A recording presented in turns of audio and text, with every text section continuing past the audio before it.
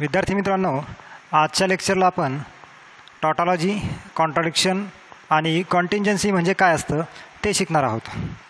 तर सुरू करूया आजच्या पॉईंटला. आजचा आपला पॉईंट आहे टॉटॉलॉजी, कॉन्ट्राडिक्शन. ह्याच कॉन्ट्राडिक्शनला फॉलसी असंही म्हणतात अँड कॉन्टिंजन्सी. तर आजचा आपला पॉईंट आहे टॉटॉलॉजी, कॉन्ट्राडिक्शन ऑर फॉलसी अँड कॉन्टिंजन्सी. तर पॉईंट एक्सप्लेन करण्यासाठी आपण काही ट्रूथ टेबल बघूया. ट्रूथ टेबल मागच्या लेक्चरला मी तुम्हाला ट्रूथ टेबल एक्सप्लेन केलेलेच आहेत. आपण 3 ट्रूथ टेबल काढूया. पहिला ट्रूथ टेबल आहे पी ऑर नॉट पीचा. दुसरा ट्रूथ टेबल असेल पी अँड नॉट पीचा. आणि तिसरा ट्रूथ टेबल असेल पी ऑर क्यूचा.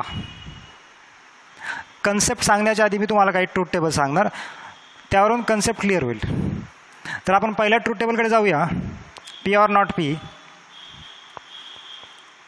ह्या पी ऑर नॉट पीमध्ये सिंगल एकच स्टेटमेंट आहे पी. त्यानंतर नॉट पी. हा पी घेणार, हा not P. P or not P. त्यानंतर सेकंड ट्रूथ टेबलमध्ये पी, नॉट पी आणि लास्ट कॉलमला P and not P. Third truth टेबलला P, Q, P or Q. Okay, आपण एक एक ट्रूथ टेबल कन्स्ट्रक्ट करूया. ह्या ठिकाणी सिंगल स्टेटमेंट पी आलेला आहे, मग त्याला 2 ट्रूथ व्हॅल्यू असणार टी ऑर एफ. म्हणजेच मी घेणार ट्री किंवा एफ. ह्या ठिकाणी निगेशन लिहायचं आहे. टीचं निगेशन एफ असतं आणि एफचं निगेशन टी असतं. ओके, थर्ड कॉलम जर मी पाहिला तर पी ऑर नॉट पी म्हणजे टी ऑर एफ टी येणार, एफ ऑर टी टी येणार. ह्या ठिकाणी जर पाहिलं निगेशन एफ टी येणार. टी अँड एफ एफ असतं, एफ अँड टी एफ असतं. थर्ड ट्रूथ टेबलला 2 स्टेटमेंट आलेत पी आणि क्यू, म्हणजे आपल्याला 4 रो घ्यायला लागतील. T T F F T F T F. Okay, T or T T असतं, टी ऑर एफ टी असतं, एफ ऑर टी टी असतं आणि एफ ऑर एफ एफ असतं. ओके, आता ह्या 3ही ट्रूथ टेबलकडे तुम्ही बघितलं तर पहिल्या ट्रूथ टेबलमध्ये बघा पी ऑर नॉट पी. ह्या ठिकाणी ट्रू आलं, ह्या ठिकाणी ट्रू आलं. म्हणजे ह्या कॉलमच्या सगळ्या ऑल पॉसिबल व्हॅल्यू ज्या आहेत त्या टी आल्यात. ह्या ठिकाणी ऑल पॉसिबल व्हॅल्यू एफ आल्यात आणि ह्या ठिकाणी मिक्स्ड व्हॅल्यू आल्यात. म्हणजे सर्व व्हॅल्यू टी नाही आल्या आणि सर्व व्हॅल्यू फॉल्स पण नाही आल्या. टी एफ असं आलं आहे. ओके, म्हणजे यावरून एक पॉईंट क्लिअर होतो. Whenever the truth value of given statement is always true for all combination it is called as tautology. Marathi भाषेत जेव्हा दिलेल्या स्टेटमेंटच्या ट्रूथ व्हॅल्यू ह्या ऑल पॉसिबल कॉम्बिनेशनसाठी कॅपिटल टी असतात म्हणजे ट्रू असतात, त्याला म्हणतात टॉटॉलॉजी. म्हणजे हे स्टेटमेंट काय आहे? Tautology. And it is denoted by lower case T. म्हणजे सेकंड लिपीमध्ये टी काढायचा, ह्याला म्हणतात टॉटॉलॉजी. Got it?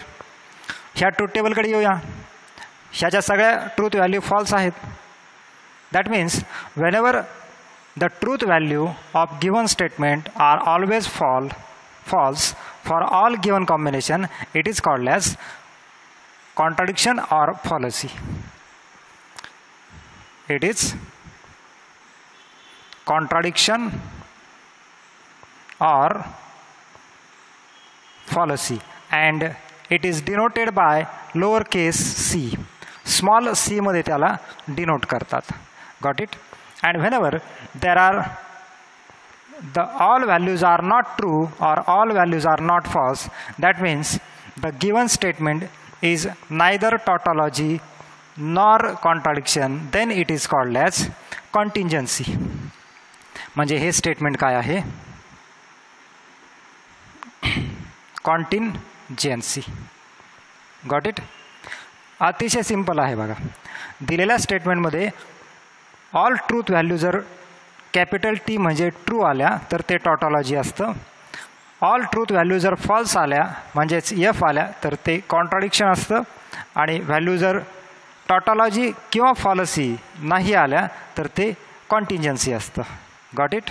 अतिशय सिंपल आहे. ह्या पॉईंटवर 3 मार्क्सचा क्वेश्चन येतो आपल्याला. Examine whether the following statement is tautology, contradiction or contingency. ह्या टाईपचा 3 मार्क्सला क्वेश्चन येतो. त्या प्रत्येक टाईपच्या क्वेश्चनमध्ये आपल्याला ट्रूथ टेबल काढायचा असतो आणि त्या ट्रूथ टेबलवरून आपल्याला रिझल्ट लिहायचा असतो. ओके, अपेक्षा आहे पॉईंट क्लिअर झाला असेल. तर आपण ह्या पॉईंटवरचे काही प्रॉब्लेम सॉल्व करूया आता.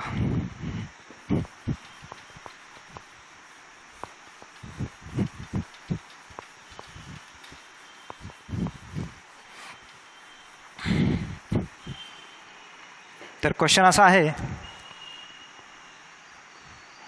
एक्झामाइन whether the following statements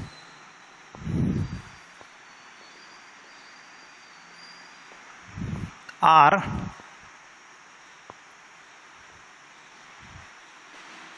tautology, contradiction or contingency. ह्या टाईपचा क्वेश्चन येतो आपल्याला. त्यातला आपण पहिले एक सब क्वेश्चन घेऊया. क्वेश्चन असा आहे, पी अँड क्यू.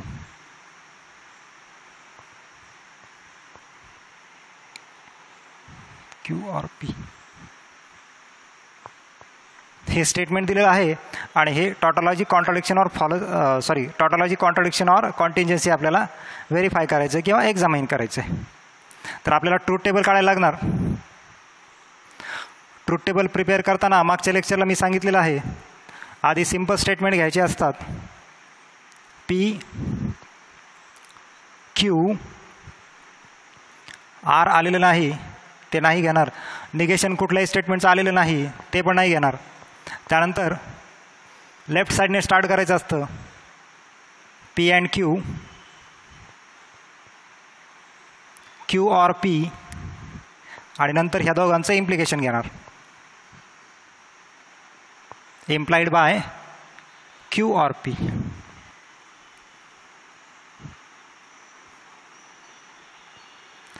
दोन सिंपल स्टेटमेंट आलेत म्हणजे या ठिकाणी 4 रो क्रिएट होणार.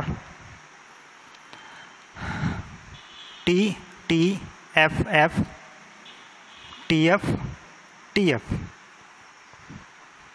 कॉलम नंबर टाकायला लागतील. P and Q, P and Q, T and T, T असतं. T and F, F F F. Got it? Q or P, Q आणि पी ह्या दोघांचं ऑर घ्यायचं आहे. T or T, T T T F. Okay, last कॉलमला P and Q implied by Q or P आहे. आधी ह्याची value घ्यावं लागणार, नंतर ह्याची व्हॅल्यू घ्यावी लागणार. म्हणजे ह्या दोघांचं इम्प्लिकेशन आहे. टी इम्प्लाइड टी, टी असतं. एफ इम्प्लाइड टी, टी असतं. एफ इम्प्लाइड टी, टी असतं. एफ इम्प्लाइड एफ, टी असतं. हा झाला ट्रूथ टेबल. Got it?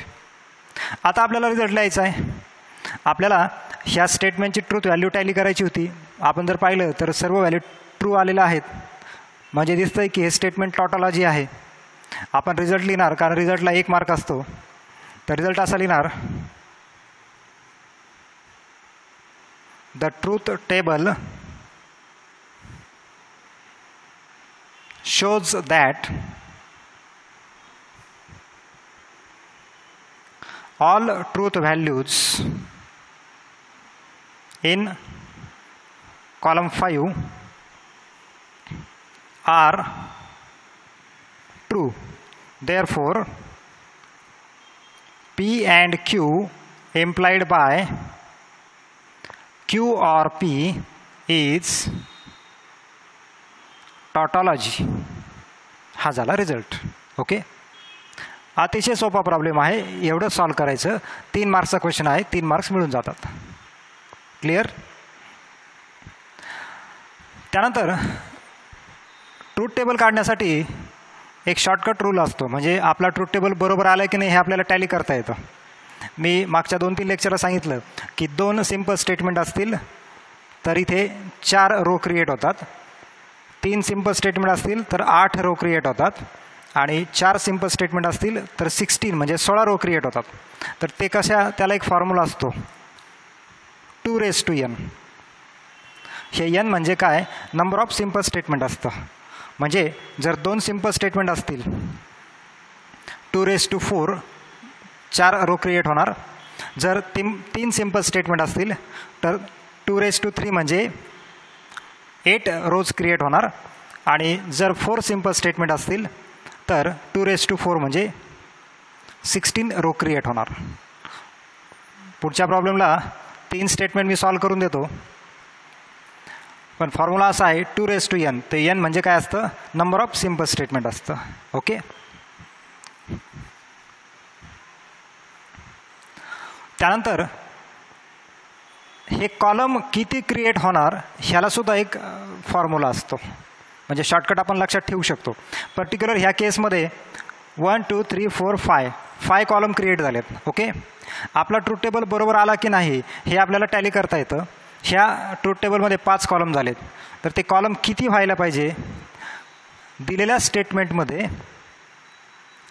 स्टेटमेंटमध्ये सिम्पल स्टेटमेंट किती आहेत ते काउंट करायचे.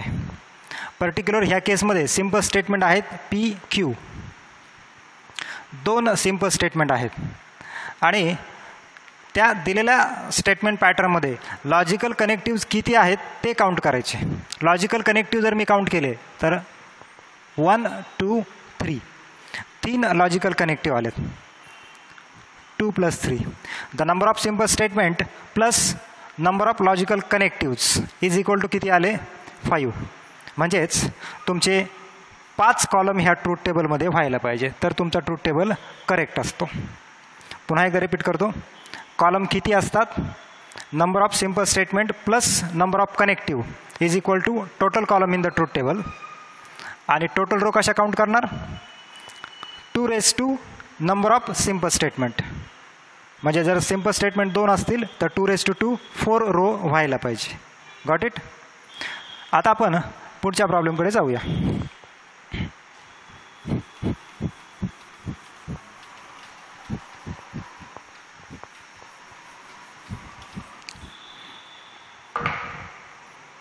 तीन स्टेटमेंटचा प्रॉब्लेम सॉल्व करून देतो. प्रॉब्लेम असा आहे, P implied not Q or R.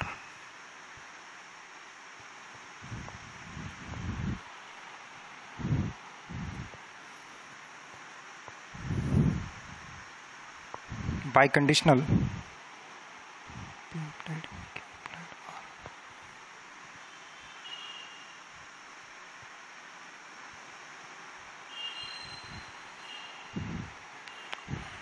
P implied not Q or R by conditional negation P implied Q implied R. ह्या स्टेटमेंट पॅटर्नमध्ये आता 3 सिम्पल स्टेटमेंट आलेले आहेत P Q R. ओके,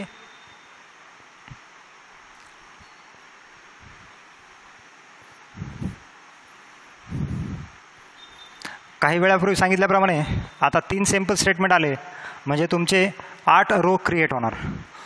सर्वप्रथम तुम्ही सिम्पल स्टेटमेंट घेणार P Q R. ओके, आधी ते 8 रो कसे क्रिएट करायचे ते सांगतो. P Q R असे 3 सिम्पल स्टेटमेंट असतील तर 8 रो क्रिएट होणार, म्हणजे 2^3 = 8 रो क्रिएट होणार.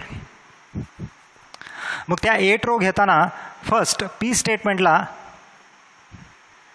आधी 4 टी लिहिणार, नंतर 4 फॉल्स लिहिणार. हा झाला फर्स्ट कॉलम. सेकंड क्यू स्टेटमेंटला याच्या हाफ जायचं असतं. म्हणजे या ठिकाणी मी 4 ट्री आणि 4 फॉल्स लिहिलेत, तर क्यू कॉलमला alternate 2 T 2 F 2 T 2 F असं लिहायचं. 2 टी लिहिले 2 एफ, पुन्हा 2 टी 2 एफ. आणि तिसऱ्या कॉलमला याच्या हाफ जायचं असतं. ह्या ठिकाणी 2 टी आहेत, मग मी पुढच्या कॉलमला 1 टी लिहिणार. Alternate 1 T F T F T F T F. लक्षात आलं? 8 रो जर असतील तर पहिल्या कॉलमला 4 टी 4 एफ लिहायचे, नंतर 2 टी 2 एफ 2 टी 2 एफ लिहायचे, तिसऱ्या कॉलमला T F T F T F alternate लिहायचं. Got it? असंच जर 4 स्टेटमेंट आले असतील पी क्यू आर एस तर 16 रो क्रिएट होणार. त्या 16 रो क्रिएट करताना पी स्टेटमेंटला 8 टी लिहायचे, नंतर 8 फॉल्स. क्यूला 4 टी 4 फॉल्स 4 टी 4 फॉल्स. आरसाठी 2 टी 2 फॉल्स 2 टी 2 फॉल्स असं 16पर्यंत जायचं.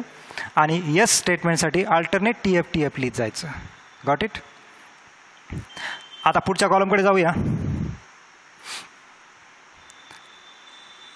ह्या दोघांचं बाय कंडिशनल दिलेलं आहे, म्हणजे आधी याची व्हॅल्यू माहीत पाहिजे आपल्याला.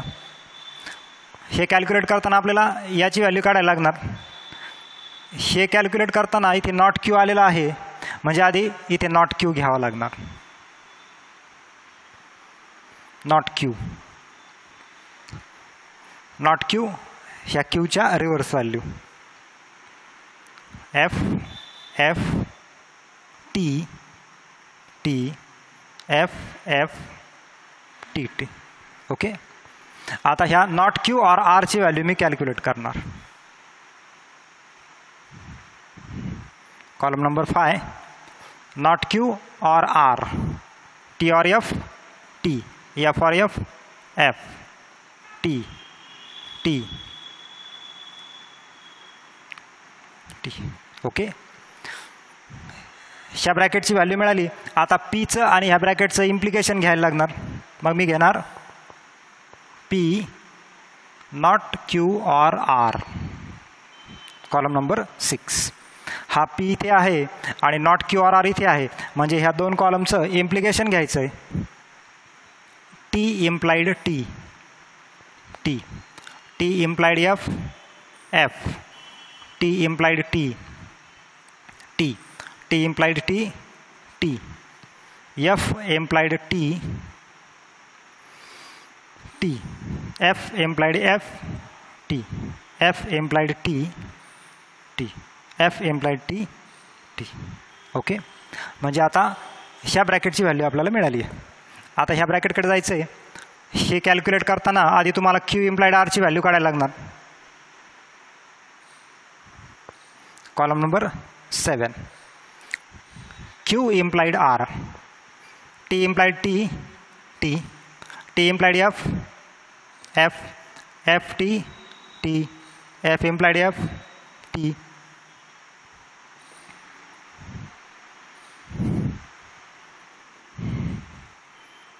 टी. ओके. आता पी आणि हा ब्रॅकेट याचं इम्प्लिकेशन घ्यायचं आहे, म्हणजे हा पी आणि हा ब्रॅकेट ह्या दोघांचं इम्प्लिकेशन घ्यायचं.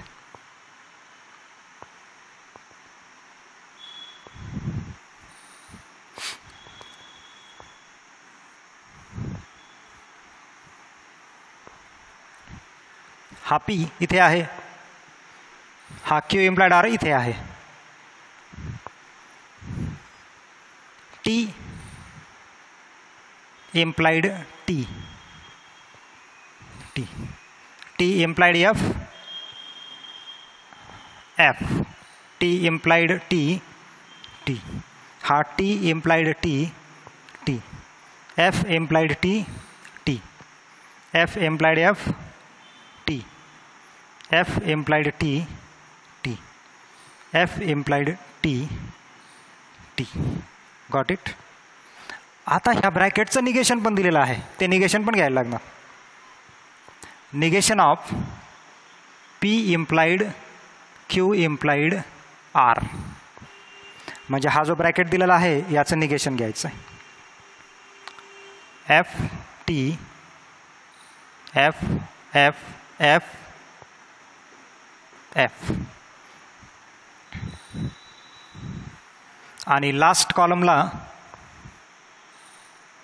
कॉलम नंबर 10 हा ब्रॅकेट आणि हा सेकंड ब्रॅकेट ह्या दोघांचं बाय कंडिशनल घ्यायचं आहे. म्हणजे P implied not Q or R by conditional